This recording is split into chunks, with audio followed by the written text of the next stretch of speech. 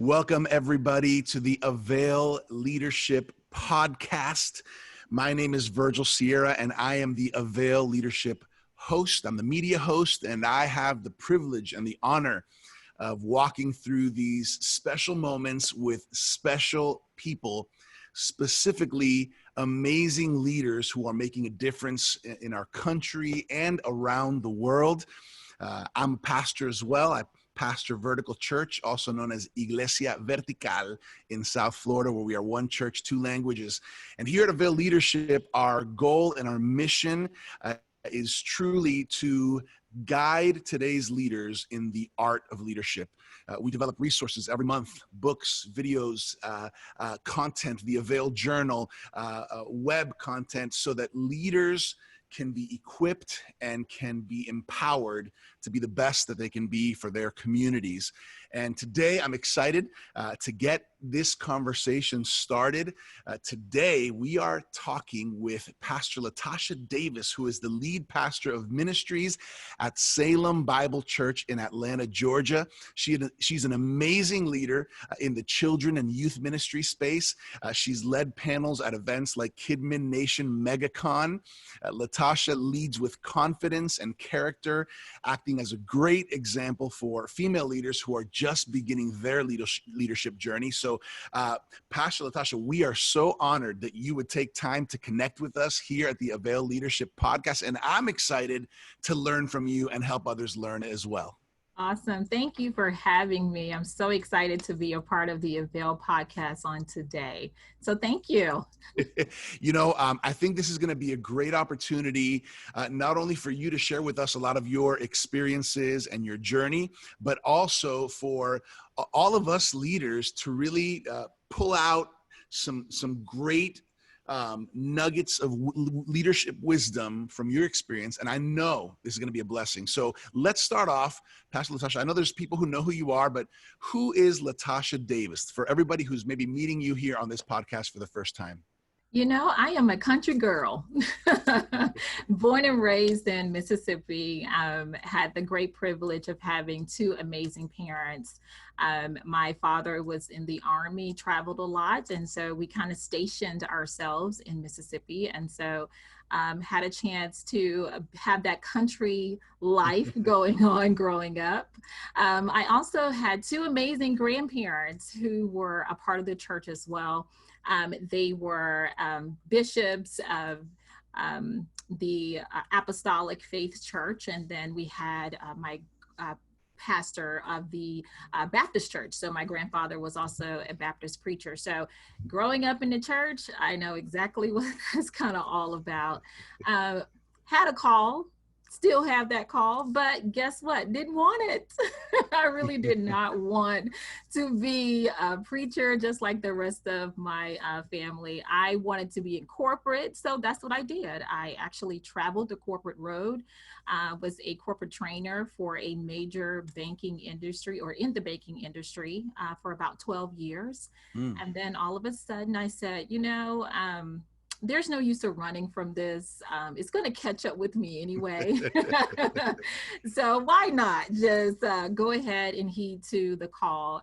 And so it was a struggle at first, I must tell you. It wasn't easy. And I know a lot of people say that it's easy to accept your call, and that may be the case for many. But for me, oh God, I was like, I love corporate world, the aspect of it. But here I am on this amazing journey. Started with children's ministry, worked my way all the way up to next steps. So I had the opportunity to pull people into the church and kind of show them what it's like to be members of the church and to become acclimated to the body of Christ. And then the Lord blessed me into this amazing position in which I'm serving in now. I'm actually the first female in this position. So I am super excited about that and what God is doing and what he plans to do and continue to do in my life at this point. Wow, you're breaking ground. So let me just say something. I'm a pastor's kid too. And, I can understand, the pressure that you feel, when you're in a pastoral family, and you have all this stuff. And it sounds like you had your your Jonah moment where you were running away, right? Yes. But you know, this is what I love about, you know, God's story for us is, even though you kind of had that moment where you were kind of running maybe from that calling, in that time, God used that in preparation for what was coming in ministry. Absolutely. Absolutely. He did. I think with that experience, I wouldn't be prepared for where I am now. That corporate life, that corporate experience gave me the opportunity to learn how to speak in front of others, Yeah. how to train others, how to deal with personalities of Yeah. others. And so that corporate experience was something that was needed in order for me to be in the position that I'm in now. Having that experience allowed me to develop relationship, develop more leadership skills in order to lead the people that God is allowing me to minister to and also serve with now. Yes. So good. You know, I think that those are the things that sometimes we underestimate, that even even in those moments where we're not necessarily thinking about what God is thinking about, he can turn around and use it in our lives. And I think there's great value in that because, you know, if I'm not mistaken, it was 12 years in the corporate world, Mhm. which in some ways helped to shape, like you said, helped to shape your skills in, you know, public speaking, in leadership. And I think there's something amazing about how God can work even in the midst of those moments that we don't even know what he's doing, but he's got a plan. I want to, you know, in talking to you in preparation for this podcast, one of the things that and also kind of learning a little bit more about your story, I realized that you've been involved in children's ministry. You've been involved in youth ministry. This has been an area that you know, I imagine you've probably felt a passion for. Mhm. How has being involved in youth and children's ministry changed your perspective on these essential components of the church? Because I think there tends to be that Christian who might think, well, the kids are just kids, let them play, or the youth are just, you know, they're not mature enough. What are your thoughts? You know, they're actually our future. Now, I know we hear that all the time, the children are our future, but honestly, they are. We live on this scripture that train up a child in the way they should go. And when you lead them, they won't depart from you. If you train them to be excellent Christians, to be amazing leaders, they won't forget that. Even though sometimes you feel like they're not listening Yeah. to you, they really are listening. And becoming a great mentor is important in that aspect. So, what I've learned is just meet the kids where they are, whatever level they're on, whether they are just learning about who Jesus is in their life, or they grew up in the church, whatever level that may be, then meet them there. They will show you actually more than you think. And that's what I've learned just being a youth pastor at one point, is just learning that process, not to force them into something, but over time help develop them to be outstanding leaders and to be outstanding Christians, because they are watching us. They are Yeah. watching us more than we know. And sometimes you don't even know that they have made you their leader in their Yeah. mind. And Yeah. so doing that, you have to make sure that you are in proper alignment as well. So your walk has to be one that will show them how good leadership is. Yeah. That's good. That's good. And you know, I want to mention something and see if you have any insight or any experience. So here, remember, I'm a pastor's kid. I Mhm. grew up in church. I was the professional chair stacker for many years because I was here before everybody and I left after everybody. But here's the reality. I was in kids ministry one time. I Mhm. was in student ministry at one time. Mhm. And then, you know, some years later, I am now in the lead pastor role, you know, senior pastor role of the church that my parents, you know, passed down, and I kind of took that leadership role. And so, you know, it takes vision to see in that child or in that student, that youth, it takes vision to see, hey, there's some great potential there. And if we invest now, we can see some great return later. And in the same way, some of our recent hires here at our church, at Vertical Church, are actually kids who were 6 when they first started coming to our church. Yes. And who we were their mentors when we were, in youth ministry, and they were in kids ministry, and we've just kind of seen them growing up. And there's something there. What would you say that, have you seen this, in the church and in ministry? Absolutely.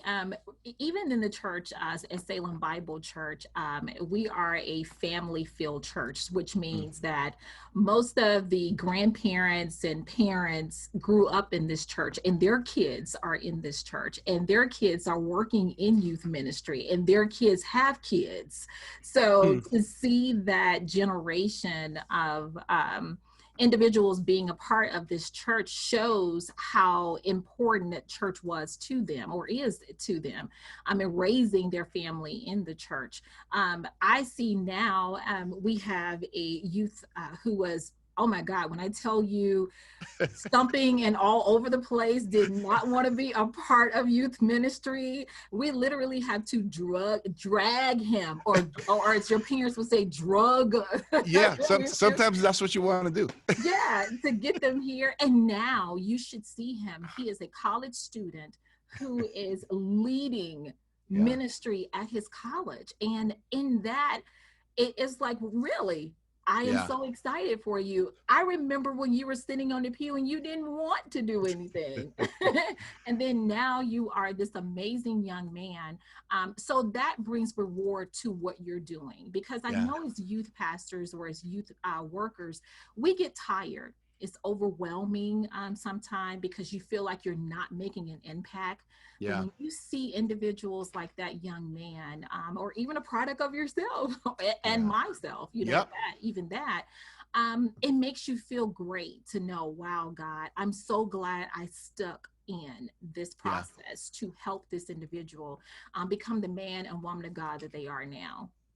Yeah. Those are the kind of stories that youth pastors, youth leaders, volunteers that work in student ministry and youth ministries, they need to hear these stories, because you don't always see the fruit right away, as you're sowing those seeds and planting, and I think there's something really powerful there, because I think sometimes, and I could be wrong, but I think sometimes, from my experience of going to churches, I played in a Spanish Christian band for many years, went around to a lot of churches, and some churches sometimes don't invest a lot of resources or a lot of energy or time or attention in children's and youth ministries. And I think that's a grave mistake, because we need to make sure that we are preparing the next generation in spiritual leadership, forming them. And I can even think, Pastor Latasha, even my kids, I have a 12-year-old boy, I have a 10-year-old daughter, and a 7-year-old boy. And even with them, I talk to them about, God's going to use your life. You may work as a professional in business world. You may work in education. Maybe God calls you to ministry, like dad and mom and grandpa and grandma. But you're going to make a difference in this world. And I think speaking life into the young generation is something that's needed in our churches. And thank you for investing, in the children and the students, the youth.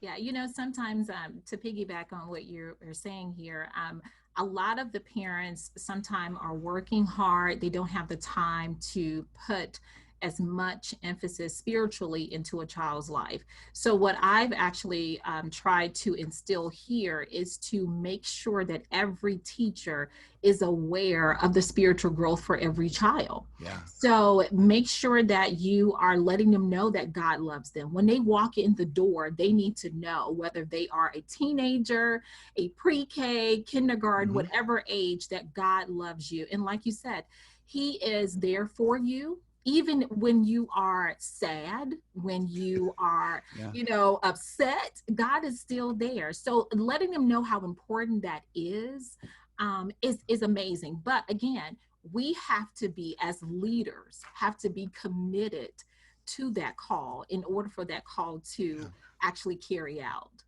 Yeah. And, I think it really takes vision, because maybe some of the youth leaders who were ministering to me way back when had no idea where I would be in the future. And we have no idea where those kids and those youth are going to be 10, 15, even 20 years down the road. And it would benefit us in our ministries and in our churches to really see the potential and the value in all of the young people. I want to redirect the conversation a little bit here, Pastor Latasha, because one of the things that I know that you have experience with, and is this topic of women in ministry, which is for me, I love this topic. It's a fun topic for me, but I know it's also a challenging topic depending on people's religious upbringing or denominational experience, or even what they saw or experienced growing up themselves, whether it's in church, whether it's in the corporate world, even at home with the family. What advice, what insight do you want to share with women leaders who maybe are beginning their journey or maybe feeling that they have leadership in their life? Well, it is hard sometimes to be a female in ministry, especially being, if you're the only female in the position that you're in. However, I had to learn this myself, within the process of being the servant that I am now in this position, is to be authentic. You have got to be yourself. You have got to be the person that God has created you to be. There's nothing wrong with having a mentor, but you can't be that mentor. You have to be yourself. I see so many women who make that mistake, and not just women, but men as well. Anyone that's in ministry, because they feel like they have to be a big name person. But I am so key in this that God will make room for you. Your gifts will make room for you. So when you're operating fully in your gifts, it doesn't matter if you are starting off in children's ministry and one day want to be a senior pastor. That gift that God is giving you will take you from that to the senior pastor. But you have to be authentic, which means you have to be within your purpose. And the goal is to stay within purpose. So once I got that, it just started, it wasn't easy, but it started to make me feel a whole lot better knowing that I have the gifts, I have the skills for this. And so I would tell people to be patient in the process, trust God in the process, but then be authentic in the process. Okay, so authenticity, which I agree 100% is so crucial. Have you experienced or seen people maybe be inauthentic, or did you yourself at some point feel like you had to be someone that you weren't to fit the expectation or the mold? Absolutely, I did. Personally, I started off that way because I thought that was something that was needed. I thought that was something that being in the traditional church was what people wanted. My grandparents didn't have female ministers at all. So they were evangelists, they weren't pastors, they were missionaries, but they weren't pastors. So to be in this position that I'm in now, I felt I had to do something extra. Or I had to be extra. I had to be overcompensating to get things done. I wanted to be the first person to get the project done. I want to be the first person to come up with a great idea because I wanted to be seen in that aspect so people won't forget that females do have the ability to lead. And once that became exhausting. Honestly, because it's exhausting to be fake, right? Or to force something. Yes, forcing it, because one day it's like stepping up every level every day, and you get so tired. And so once I realized that, Latasha, you are able to be just what God created you to be. He put you here for a reason. So why don't you live in that purpose? But I had to get myself together first in order for this amazingness that you're seeing now and that others are seeing now to fully come to fruition. So you got to check yourself sometimes. I know it's hard to check yourself. People don't want to do that. But if you're real with yourself and authentic with you first, others will see that gift inside of you. That's so good. And I think, another reason why authenticity is the way to go is because I think I think people can smell a fake. People can perceive inauthentic when somebody or something is inauthentic. Yes. It's you can see it. You're like, that's not how that guy talks. Or, that can't be real. Yes. I think that's another reason why being authentic is the way to go, because in our maybe desire to fit the mold, or be something that we think other people are expecting, we may be inauthentic, which in turn diminishes our credibility, diminishes our effectivity, right? And things to think about. Yeah, it does. And with that being, you start to diminish in yourself. And then you start to diminish in the way people trust you doing things, because no one, again, wants to be around a fake person. Because my grandmother would say, I would smell them a mile away, So, but no one wants to be around a fake person, because the true thing here is being yourself. The true thing here is being who God created you to be. I cannot tell people enough that you're created, we're all created unique in some form or fashion. So be yourself, whatever that is, be you. Because I'll appreciate that more than trying to figure out tomorrow who you're going to be, especially when I know who you are now. So I would definitely say that. That's good. That's good. And before we jump into another topic that I know is a passion for you, which is the Sabbath and rest, before we go there, one last thing I want to ask, because, I think it's really helpful. Just this whole women in ministry and females in leadership positions, like I said, I love this. I embrace it. I kind of did grow up in a culture where I saw it happening, but I know I've had conversations with people, even with my wife, who is also a co-pastor with me and helps lead our church, and others as well in the journey, how sometimes there's this resistance. And so I want to just maybe this last question, what would you say to young women or women in general that maybe are feeling that same resistance from others, as far as, you shouldn't be in leadership, or you shouldn't be in a role where you're, preaching or teaching or speaking? Yeah, it's hard, because at that point you start to feel like you really are not supposed to be in that position, and it can really damage your spirit. I know a lot of women who started off in ministry, but then were told that they weren't anointed enough, they didn't have enough power in their voice to be in the position that they're in, and it caused church hurt, which means that they start resenting the call that God placed upon their life. I would definitely say that in this point, again, just be patient and know that God is going to make room for you in that position. It doesn't matter what people say about your call. God qualifies the call. Amen. So he's the one that gave you that. You just have to be patient enough to realize that the journey is not going to be null and void. It's going to help you in the next step, because it may help you with a boss or another coworker that you have to work with, and God is preparing you for that. I would say just be patient and just really understand and be okay with yourself about your call. Know that you've been called.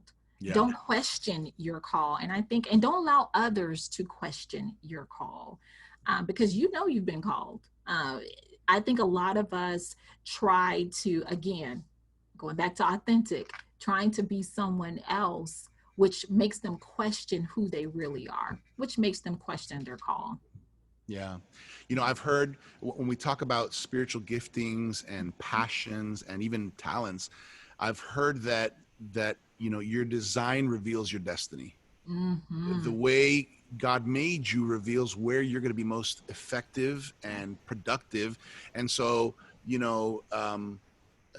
a hammer, can try its whole life to screw screws into the wall and try to unscrew screws, but a hammer isn't designed to do that.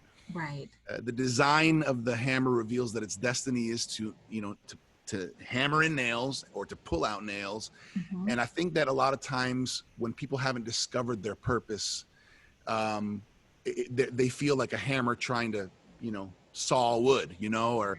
or a Right. screwdriver trying to hammer a nail, because it's exactly that: discovering my purpose, discovering my design, what God placed in me, which normally is something that naturally flows as I'm Right. walking out my life. My design reveals my destiny. And I think that's what you're alluding to. I think that we need to be comfortable and at peace knowing the Lord's going to lead us and guide us Exactly. where he wants to use us.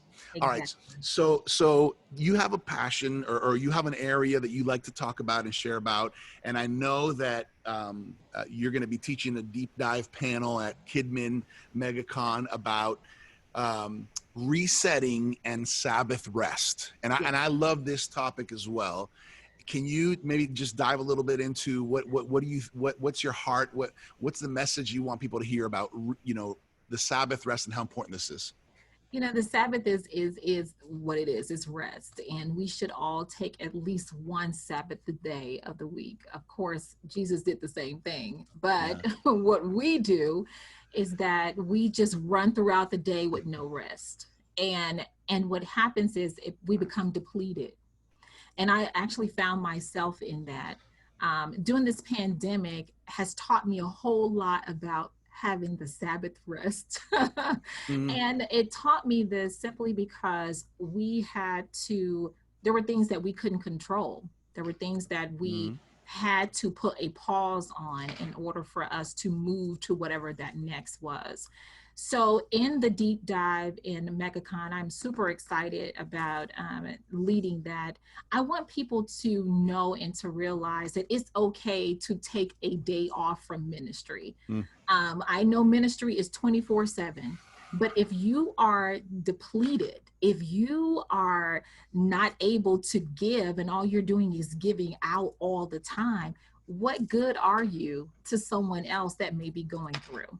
So you have to go and actually replenish yourself, whether that is taking a day off, whether that is reading, whether that is just going in your man or your woman cave, or whatever that is, taking a long walk, a weekend trip.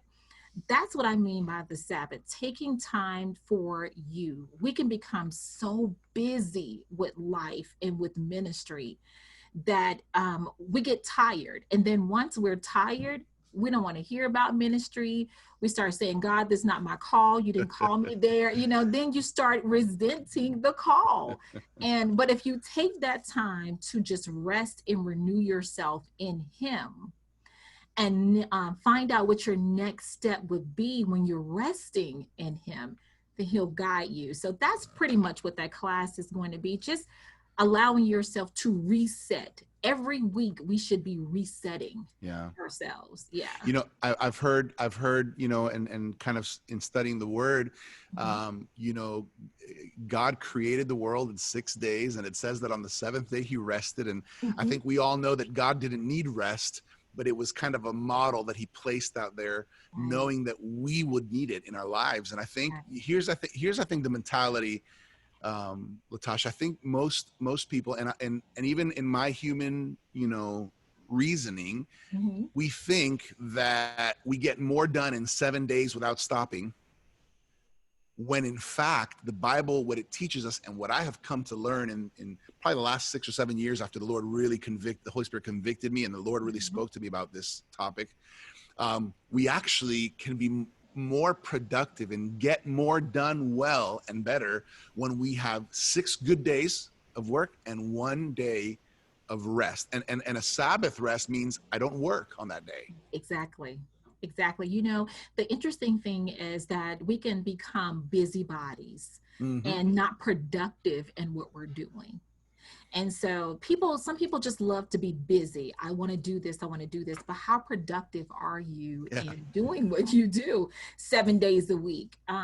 But it's called self-care. Everyone have to do self-care for themselves. Again, whether that's taking the day off, whether that is just reading a book for the entire day, whatever that looks like to you, you have to find that one thing that makes you totally happy, so that you are able to, again, reset your life, reset your thoughts, reset spiritually, so that you're able to go out and preach.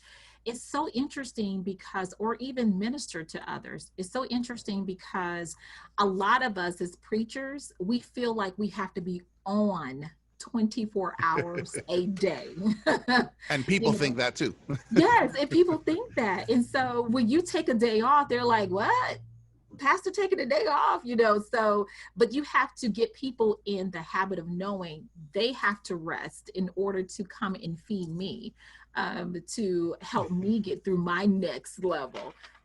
So yeah, a Sabbath is very important. Yeah. Whether you take, again, a day, whatever that looks like, but learn how to reset. Yeah. Key. Yeah. As leaders, if we're not healthy, it's going to be hard to lead healthy organizations. Absolutely. Or healthy churches or healthy businesses, healthy family for that matter. And I think one of the important things about resetting and Sabbath rest is that it positively impacts our body, of course, first thing we think about, but it also affects our soul. Yes. And it affects our spirit, and if these things are never having that time to reset, that can definitely take a toll. So I want to let everybody who's listening or watching this podcast that Pastor Latasha is going to be giving a deep dive panel. She's going to be in the deep dive panel at Kidmin Nation MegaCon. This is an online conference, October 5th to the 9th. That you can find more information at kidminnation.com. kidminnation.com. I know that you've been a part of that before, Pastor Latasha, and you will be there again this year. So we're looking forward to that. Now here's a question now kind of in regards to what we're living in this season. I think we can all agree that all the other years can kind of go categorized in different categories, but 2020 must go in its own category. At least from my perspective, at this point, 2020 is a year of its own, with its own category. Yes. In this season, Latasha, what have you been learning? How have you been growing? How has ministry or, work, how has it changed because of this? Give us some thoughts. We have, and I think all of us as leaders had to make a major shift in how we reach or how we even interact with our congregation. Everything is virtual now because we can't meet in person. A lot of us can't meet in person. So learning how to navigate what that new normal is was something that I had to learn. And some of us are so used to having control over bits and pieces. Like we know what's going to be next on Sunday morning. Oh, I know the prayer is going to be here. I know, the order of everything. But because you are not in a physical church, you have to realize, okay, how am I going to get that same message out, but to the virtual world? And so that people can still have some sense of normalcy as it relates to their Sunday service.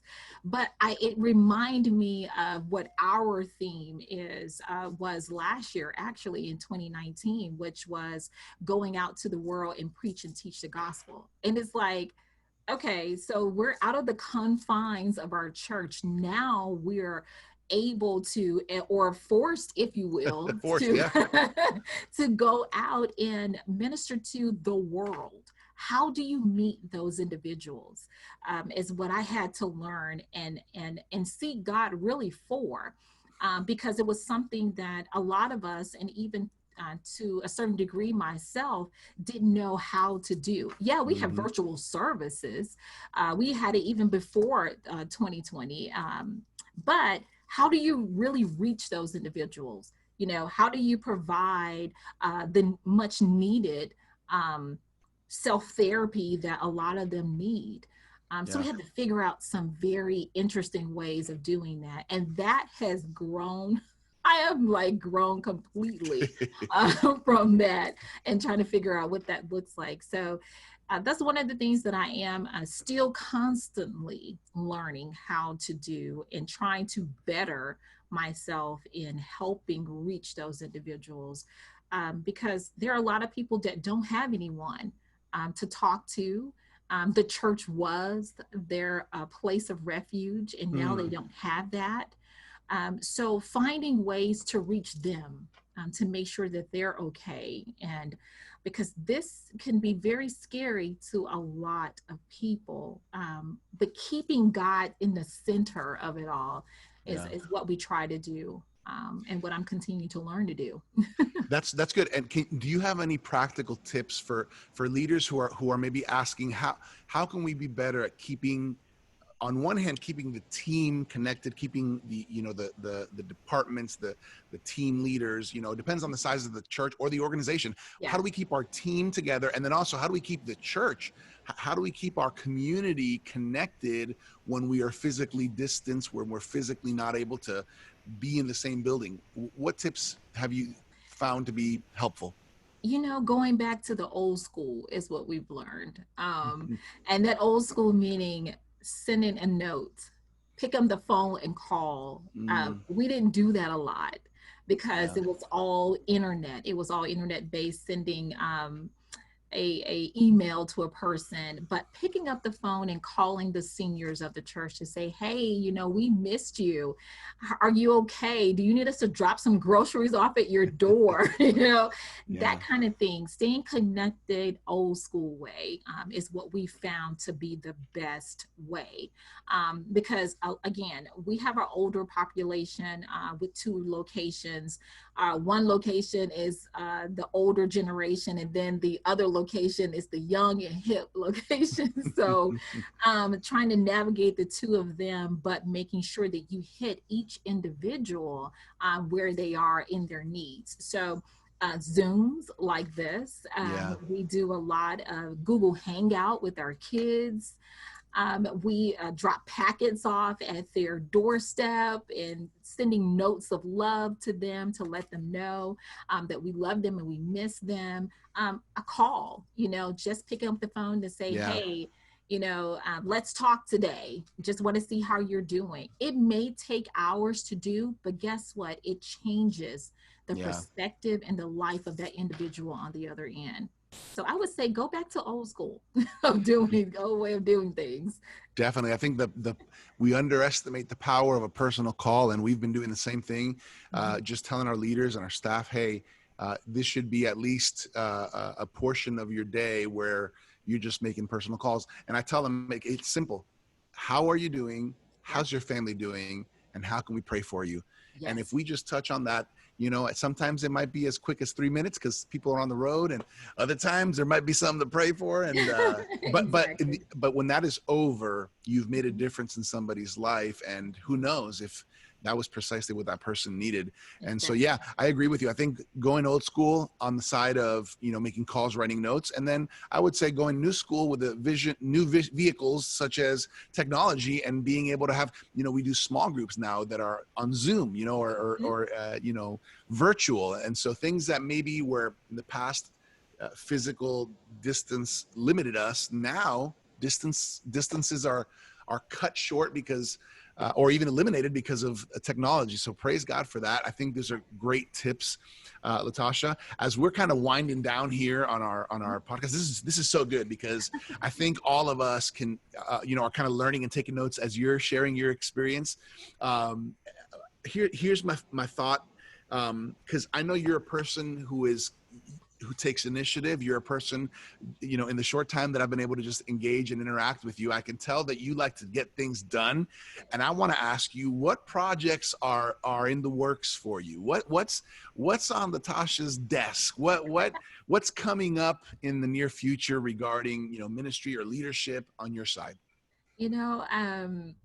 In the spirit of Sabbath, trying to rest more is one of the things that I am doing. But in that rest time, I have come up with a amazing journal that should be out around the end of the year that talks about 30 days of prayer starter. Wow. If we're not into prayer now more than we've ever been, it is at this point. A lot of us, I see a lot of people doing more scriptures on their Facebook page that I've never seen before. And I'm like, oh God, did the pandemic really do this? Well, thank the Lord, that you're doing this. But some people don't know how to pray or what to pray in Mm-hmm. certain situations. And I know personally that was one of my struggles. I always thought I, would hear my grandparents pray and my parents pray, and they will always have this long, drawn out prayer that sounds like it was a dissertation. And Like I was these are like, professional prayers. yeah. And I'm like, I want to pray like that one day, And then I got in a situation where, again, being authentic in myself, that wasn't Yeah. how I learned. I learned that prayer is a conversation with God. Yeah. So whatever that conversation is and how you start it, is God will honor that. So what I did was starting to give people just prayer starters, getting them started on what to pray for and how to pray. If they're needing prayer for healing, I actually give them a prayer and then have them to start their own prayer at that point, to write it down. Writing it visually is something that I felt you feel it when you write it. It becomes personal to you when you write it. And so I just give you a starter, and it's called 30 Days Prayer Starter. The strategy of making sure you are effective prayer warrior in this point. So that will be coming out in toward the end of the year. And children's ministry, I am working on a project with a couple of children's pastors in the area. We are doing a virtual, if you will, setup of a Sunday school version of what other churches may be doing, and we're going to do it together collaboratively. Cool. Just not necessarily our church in general, but to bring others together, because they miss that collaboration with others. And so maybe like a youth conference, and that's kind of locally is kind of what we're working on. But that's pretty much it, trying to navigate this 2020 life.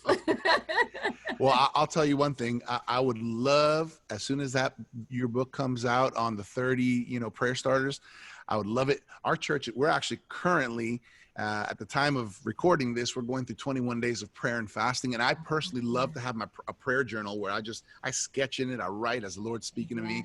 But having a prayer starter, kind of book I think is something that could be very valuable for a lot of people who are in the same boat, who say, hey, I love God.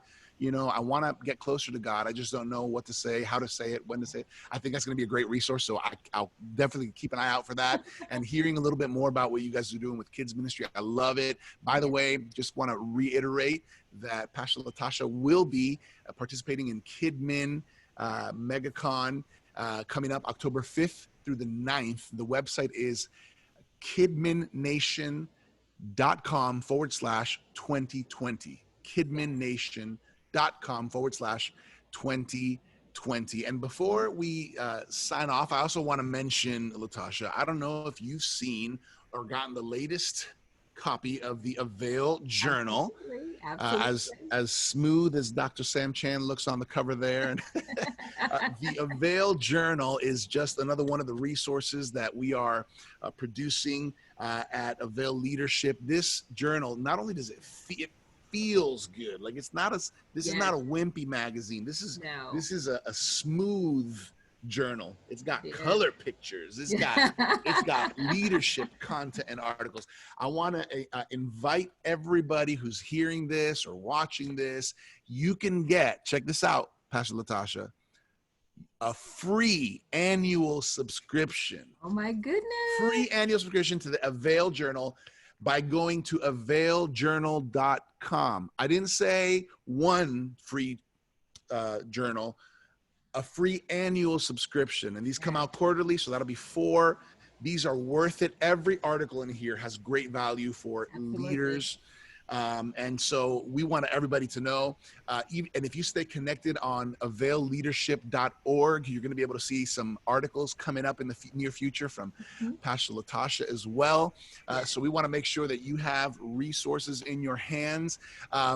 Before you give a few last words, Latasha, here's one question that I don't want to throw you off here, but is there any resource or app or book that recently has helped you that some people need to check this out? Any book or resource or app or something? You know, first of all, if you do not get that free subscription to Avail, you are doing yourself no justice. So please go and get that subscription, because they have a lot of great information in that magazine. I look forward to mine every 4 months, 4 months. Yeah. Every quarter. Yeah. Mm-hmm. Every quarter. Yeah. So I look forward to that. But right now I am reading a book by Latasha Morrison that is on leadership, and it's also on social injustice. You know, we're dealing with that currently right now. Yeah. And so that's a major book, author at this point that I'm looking into. Haven't started reading her book just yet, but I was given this book by a friend of mine the other day. And I said, you know, I'm going to start looking into that. But before that, one of my great teachers that I just absolutely love is Pastor Cheryl Brady. I have been reading her book lately on You Were Made for This. You were called for this ministry. So again, that's a reassurance. But pretty much just trying to keep myself more educated and along the lines of virtual technical things that we can do more of. Zoom has been my very best friend over the last couple of months. Yes. And Google Hangout as well. But basically, Latasha Morrison is who I'm going to actually go to next to kind of get some insight into teaching our kids more about social justice in our community. That's awesome. Thank you for sharing that. How can people connect with you on social media, Latasha? If they want to connect you, follow you, you know, keep an eye on what God's doing in your life, how can they connect? Well, they can go to Facebook. I am on Facebook at Latasha E. Davis. You can just follow me there. We have some new projects that we're working on, so you'll be the first to know if you go and follow me there. All of my clips from this particular interview, as well as the blog from Avail and Kidman, will also be a part of that social media page as well. So I look forward to you following me and getting to know a little bit about you and who you are as well. Awesome. So that's Latasha E. Davis.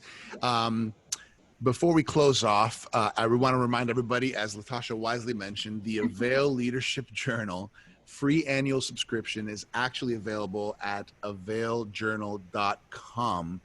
And we want you to get your hands on it because we want to empower you and equip you. That's our heart here at Avail Leadership, with practical, relevant resources that are going to help you lead in your life, in your organization, in your church, in your community, in your family. We want to all learn the art of leadership. That's what Avail is all about. And man, it's been a blessing, Latasha, just to hear from you and share with you. What would be some final thoughts, some last comments that you want to just leave everybody with as we close off? You know, it's very simple. Trust God. Trust God in the process. Trust Him in what He is telling you in this season, because He is actually speaking. The key here is, are you listening? Are you listening to what He is saying to you specifically for your call, for your purpose? And if you're not, then again, maybe you need a Sabbath day to sit and rest and hear God's voice, because again, He's speaking. I just want you to be able to be in a position to hear it. And then again, be authentic in yourself. Know who you are. Take that self-care. Be an amazing person that I know the gift that God has placed in you needs to go global, needs to be a part of Avail, be a part of other leadership or ministries that may be out there that God is wanting you to seek or be a part of. But you got to be authentic. You got to be authentic. So good. So good. I love it. So the last words are trust God and be authentic. I think that's great advice. Hey, everybody, this has been an awesome conversation with Pastor Latasha Davis. Thank you so much, Latasha, for opening up your heart, sharing from your experiences. I think this has been very insightful.